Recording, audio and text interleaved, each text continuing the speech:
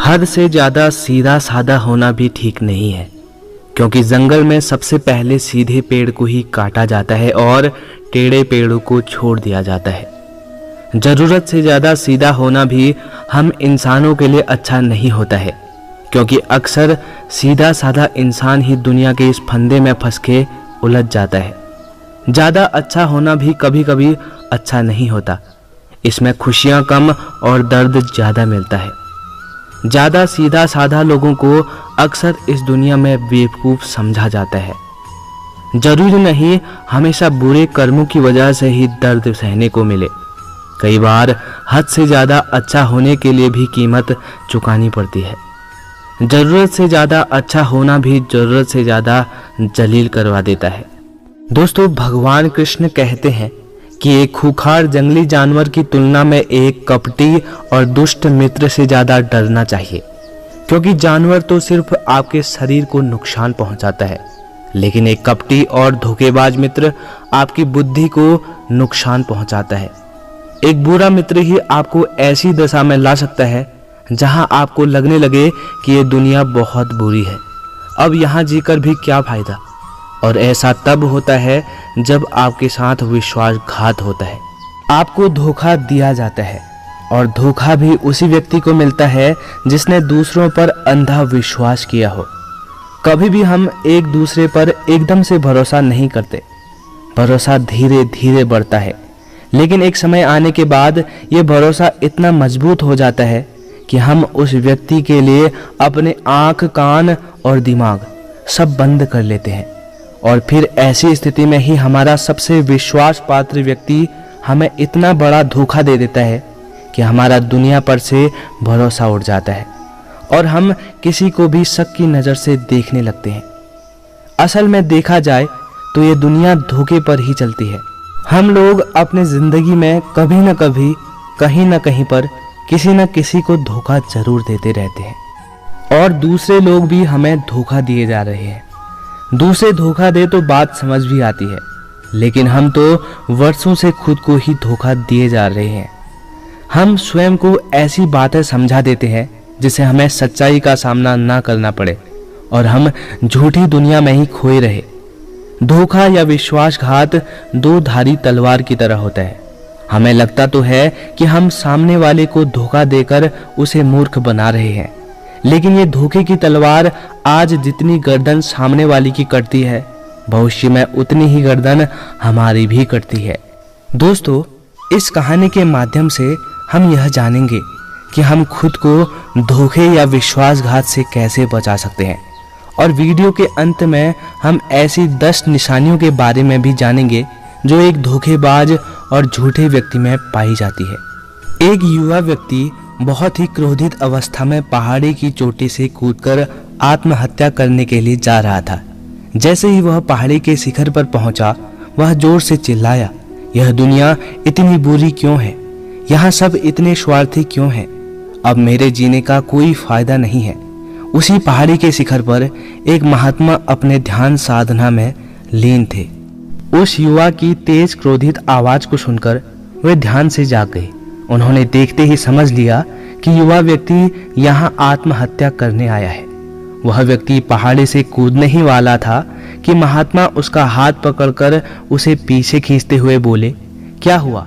आगे का रास्ता खत्म हो गया है क्या? युवा व्यक्ति ने कहा, कैसा रास्ता? यहाँ तो कोई रास्ता ही नहीं है। मैं तो यहाँ से कूदकर आत्महत्या करने वाला था। महात्मा ने कहा, मरना तो एक दिन सभी को है, लेकिन तुम्हें इतनी जल्दी क्यों है? युवा व्यक्ति ने कहा, क्योंकि ये दुनिया में रहने लायक नहीं है। यहाँ सब स्वार्थी हैं, सब धोखेबाज हैं। मैंने जिस पर भी भरोसा किया, सभी ने मुझे धोखा दिया। मेरे सगे भाई ने मुझे धोखा दिया, मेरे मित्रों ने मुझे धोखा दिया, लेकिन आज तो हद ही हो गई। मेरी पत्नी ने भी मुझे धोखा दे दिया। वह एक अमीर व्यापारी के साथ चली गई। इतने सारे धोखे मिलने के बाद अब मेरा इस दुनिया में जीने का कोई मतलब नहीं है। इस स्वार्थी दुनिया में कोई भी भरोसे के लायक नहीं है, इसलिए मैं आत्महत्या करने जा रहा हूँ। महात्मा ने कहा, क्या तुम स्वार्थी नहीं हो? क्या तुम पर भरोसा किया जा सकता है? उस युवक ने कहा, मैंने आज तक किसी को भी धोखा नहीं दिया, किसी के साथ विश्वासघात नहीं किया। आप चाहो तो मेरे गांव में जाकर भी पूछ सकते हो। लोग ही अक्सर मेरा फायदा उठाते रहते हैं, लेकिन मैंने आज तक किसी के साथ बुरा नहीं किया। महात्मा ने कहा, मैं तुम पर भरोसा नहीं कर सकता। तुम्हें मुझे ये सिद्ध करके दिखाना पड़ेगा कि तुम एक स्वार्थी व्यक्ति नहीं हो। व्यक्ति ने पूछा, ये सिद्ध करने के लिए मुझे क्या करना पड़ेगा? महात्मा ने कहा, तुम्हें अगले 1 साल तक मेरे साथ मेरे आश्रम में रहना पड़ेगा। तब जाकर मैं जान पाऊंगा कि तुम एक ईमानदार व्यक्ति हो या फिर तुम भी दूसरों के ही तरह स्वार्थी और धोखेबाज हो। व्यक्ति ने कहा कि ठीक है, मैं आपके साथ आपके आश्रम में 1 साल तक रहूंगा और खुद को सिद्ध करके दिखाऊंगा।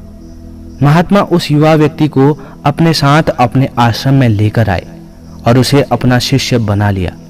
अगले दिन सुबह होते ही महात्मा ने उस नए शिष्य को अपने पास बुलाया और कहा, मुझे तुम पर भरोसा तो नहीं है, लेकिन फिर भी तुम जाओ और भिक्षा मांग कर लाओ। तब तक मैं तुम्हारे दूसरे शिष्य भाइयों को शिक्षा देता हूँ। उस युवा शिष्य ने महात्मा को प्रणाम किया और भिक्षा मांगने के लिए चल पड़ा। उसने आज से पहले भिक्षा नहीं मांगी थी, इसीलिए उसे भिक्षा मांगने में बड़ी तकलीफ हो रही थी। उसके मुंह से भिक्षा के लिए शब्द नहीं निकल पा रहे थे। उसका अहंकार उसे भिक्षा मांगने से रोक रहा था, लेकिन उसके अंदर एक और अहंकार उमड़ रहा था, गुरु को गलत सिद्ध करने का अहंकार। इसलिए उसने भिक्षा मांगी और उस भिक्षा को लेकर वापस गुरु के पास पहुंचा। उसके हाथ में भिक्षा देखकर गुरु ने कहा कि तुम कुछ तो भरोसे के लायक हो। मुझे लगा था कि तुम भिक्षा नहीं मांग पाओगे, लेकिन तुमने मुझे गलत सिद्ध कर दिया। आओ मेरे साथ मेरी कुटिया में चलते हैं, वहां मैं तुम्हें कुछ दिखाना चाहता हूँ। गुरु उस शिष्य को अपने साथ अपनी कुटिया में ले गए। वहां कुटिया में ऊपर एक मटकी लटक रही थी। गुरु ने मटके की ओर इशारा करते हुए कहा कि उस मटकी को देख रहे हो, उसमें जहर रखा हुआ है, और जहर भी ऐसा है कि अगर किसी को दे दो तो व्यक्ति बड़े आराम से मर सकता है और किसी को भी पता नहीं चलेगा कि उसकी मौत कैसे हुई। युवा शिष्य ने कहा, लेकिन गुरुदेव आप ये सब मुझे क्यों बता रहे हो? महात्मा ने कहा, मैं बस तुम्हें सावधान कर रहा हूँ कि कहीं इसे गलती से खा मत लेना। कुछ दिनों बाद गुरु अपने शिष्यों के साथ एक जंगल से गुजर रहे थे। तभी कुछ जंगली लुटेरों ने अचानक उन पर हमला कर दिया। सभी शिष्य अपनी अपनी जान बचाने के लिए इधर उधर भागने लगे, लेकिन ज्यादा उम्र होने की वजह से गुरु नहीं भाग पा रहे थे। यह बात उस युवा शिष्य ने अनुभव की और वह बहादुरी का प्रदर्शन करते हुए अपने गुरु को डाकुओं से बचाकर आश्रम तक सुरक्षित ले आया। आश्रम पहुंचकर गुरु ने उस शिष्य की सभी के सामने बहुत प्रशंसा की और कहा कि तुम सभी लोगों से अच्छा तो ये मेरा नया शिष्य है, जिसने अपनी जान पर खेलकर मेरी जान बचाई और मुझे सुरक्षित यहाँ ले आए। आज से इस पर पूरा भरोसा है। उस दिन के बाद हर सुबह जब भी गुरु उस शिष्य से मिलते तो उससे एक बार जरूर कहते, मुझे तुम पर पूरा भरोसा है। धीरे धीरे गुरु का शिष्य पर भरोसा बढ़ता गया और वह इतना बढ़ गया कि गुरु ने एक दिन शिष्य को अपने पास बुलाया और कहा, मेरा कोई पुत्र नहीं है, लेकिन तुम मेरे पुत्र के समान जैसे हो। गुरु कहने लगे कि अब मेरी उम्र हो चुकी है, मैं बूढ़ा हो गया हूँ, इसीलिए मैं चाहता हूँ कि मेरी मृत्यु के बाद इस आश्रम की बागडोर तुम अपने हाथों में ले लो। शिष्य ने कहा, गुरुदेव अगर आपकी यही इच्छा है तो मैं आपकी खुशी के लिए ये जिम्मेदारी भी उठाऊंगा। इतना कहकर शिष्य वहां से चला गया। कुछ दिनों बाद गुरु बीमार पड़ गए तो उन्होंने आश्रम के सभी शिष्यों को बुलाकर ये घोषणा कर दी कि मेरे बाद इस आश्रम का संचालन ये युवा शिष्य करेगा। धीरे धीरे दिन बीतने लगे और उस युवा शिष्य के मन की बेचैनी बढ़ने लगी। वो जल्द से जल्द आश्रम को अपने कब्जे में लेना चाहता था। वह रोज सुबह गुरु के पास जाकर यही देखता कि गुरु के स्वास्थ्य में कोई प्रभाव पड़ा या नहीं, लेकिन गुरु का स्वास्थ्य तो दिन प्रतिदिन अच्छा होता जा रहा था। अब तो उसके सब्र का बाड़ भी टूटने लगा। उसके रातों की नींद गायब हो चुकी थी। वह हर समय यही सोचता रहता कि कैसे गुरु को रास्ते से हटाया जाए और किसी को भी पता ना चले। कभी वह सोचता कि गुरु को नदी में धक्का दे देता हूँ, लेकिन अगले ही पल उसे ख्याल आया कि गुरु तो अच्छे तैराक हैं, वो तैरकर बाहर आ जाएंगे। फिर कभी सोचता कि गुरु को गला दबाकर मार देता हूँ। सब जानते हैं कि मैं गुरु का भरोसेमंद शिष्य हूँ, इसीलिए मुझ पर किसी को शक नहीं होगा। लेकिन फिर वह सोचता कि अगर थोड़ी सी भी चूक हो गई तो इससे बात बिगड़ सकती है। मुझे कोई ऐसा तरीका ढूंढना होगा जिसमें गुरु की मौत भी हो जाए और सभी को यह लगे कि एक स्वाभाविक मृत्यु थी और भगवान को भी यही मंजूर था। एक दिन वह युवा शिष्य गुरु के पास उनकी कुटिया में बैठा हुआ था।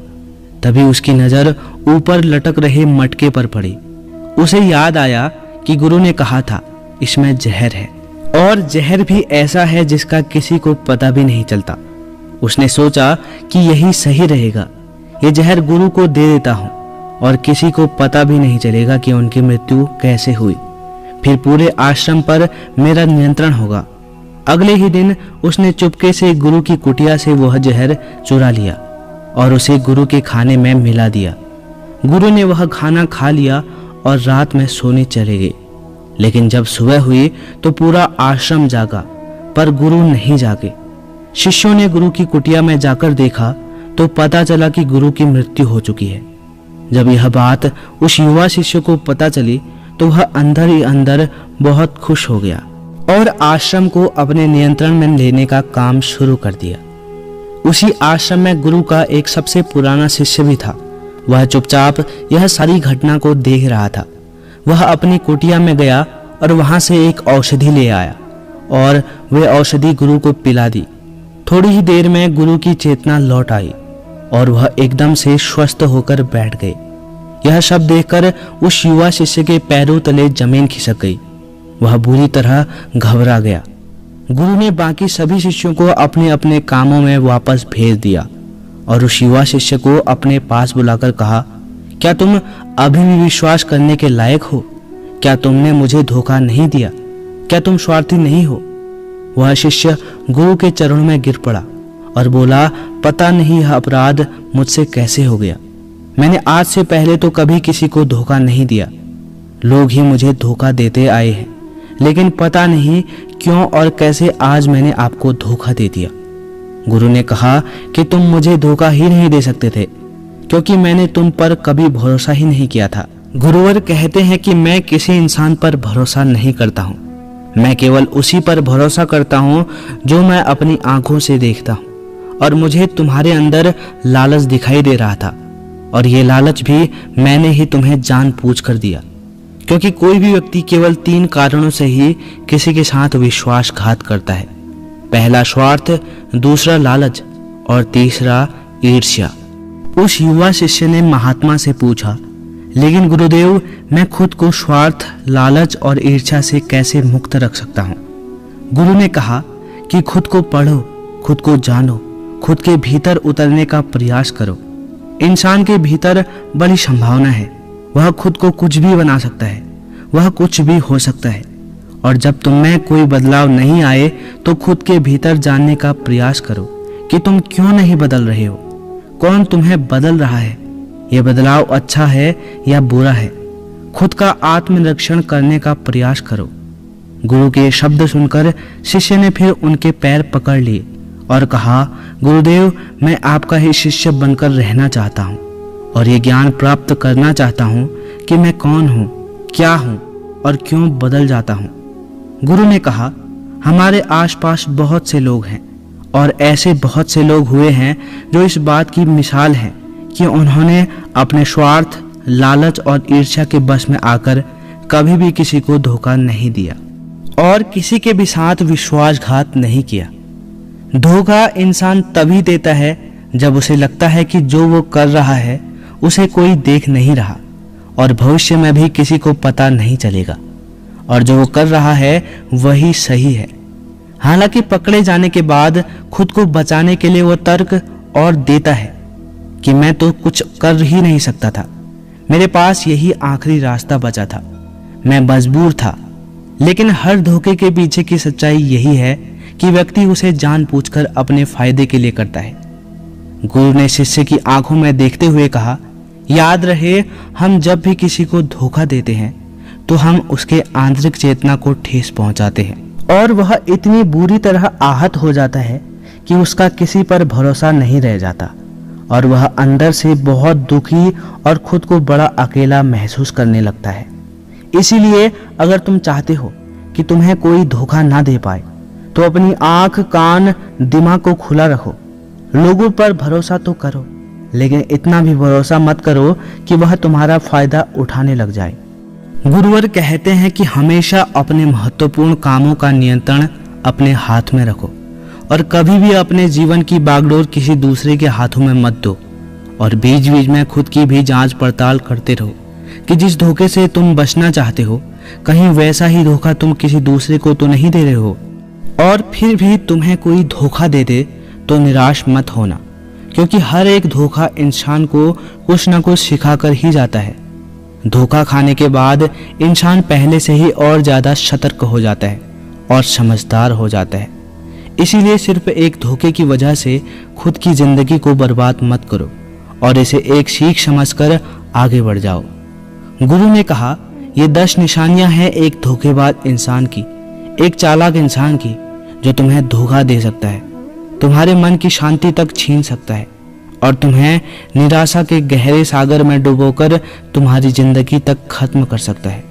पहली निशानी है, जो इंसान धोखेबाज होगा, झूठा होगा, वो तुमसे सब कुछ छुपाएगा।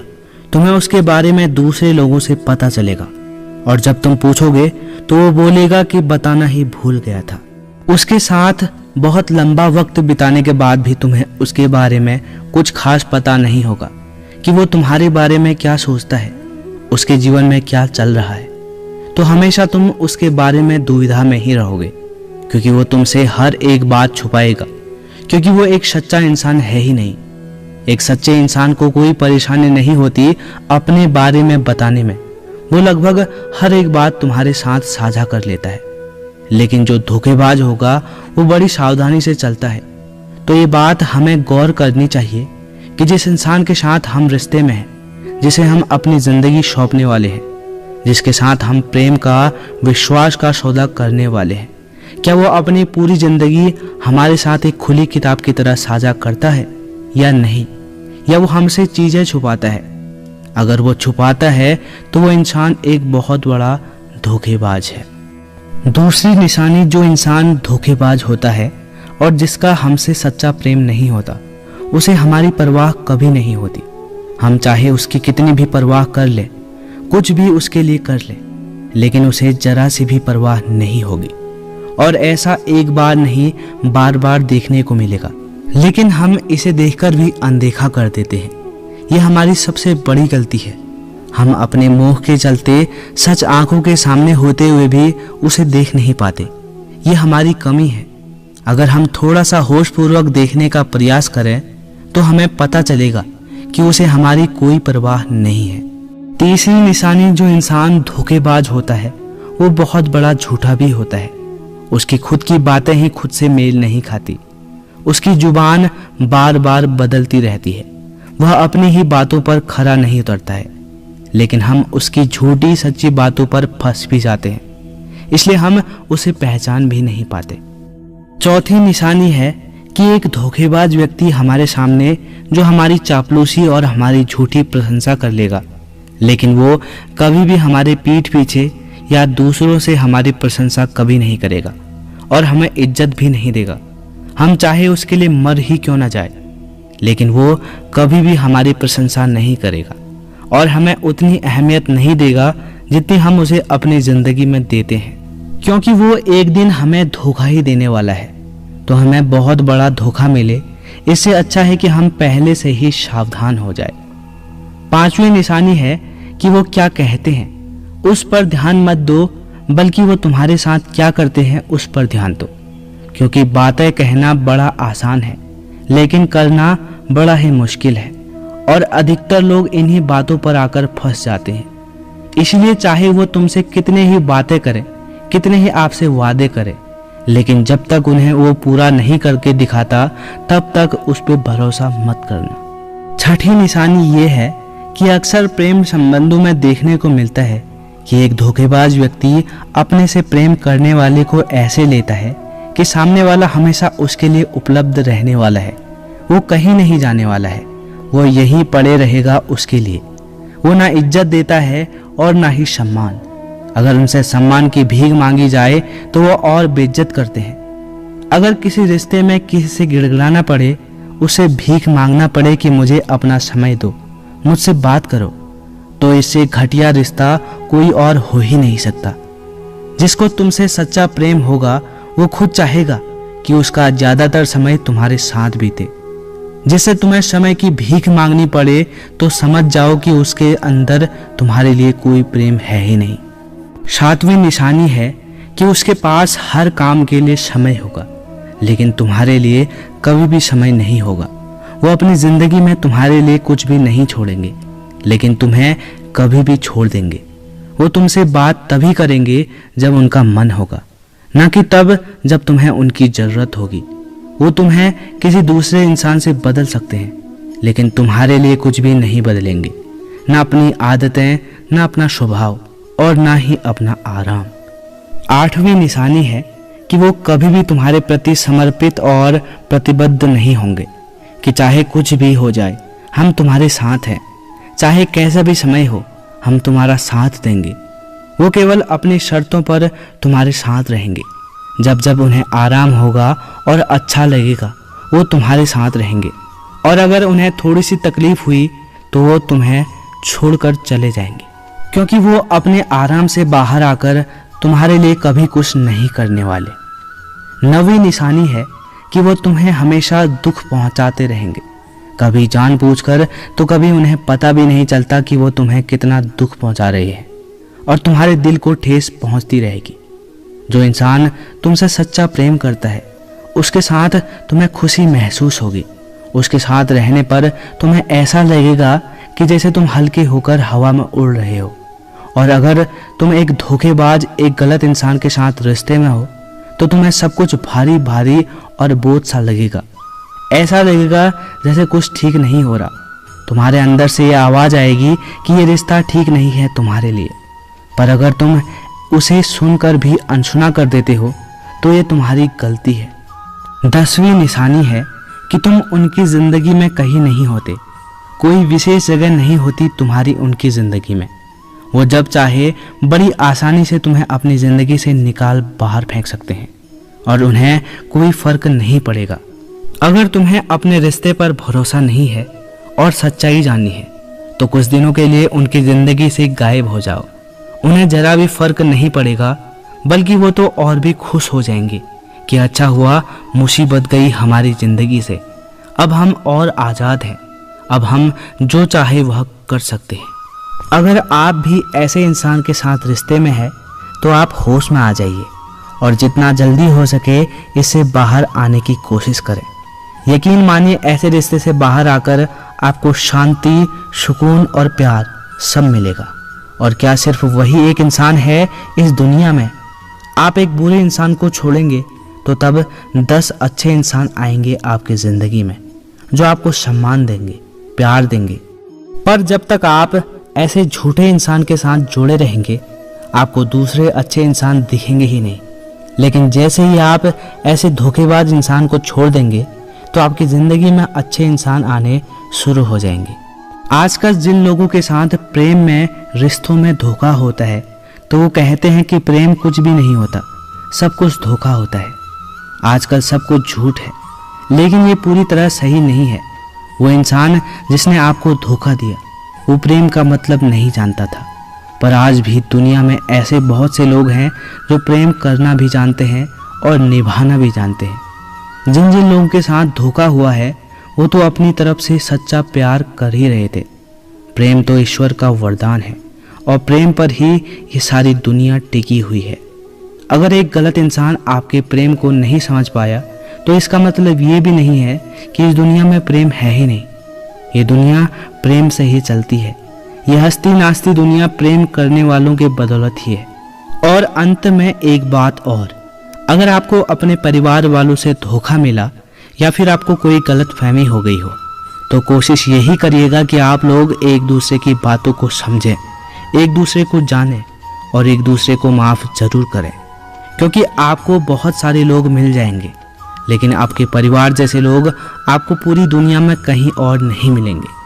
हाँ, उनकी बात अलग है जो आपके परिवार से बाहर के लोग हैं, जैसे आपके मित्र, आपके दूर के संबंधी या फिर कोई पड़ोसी।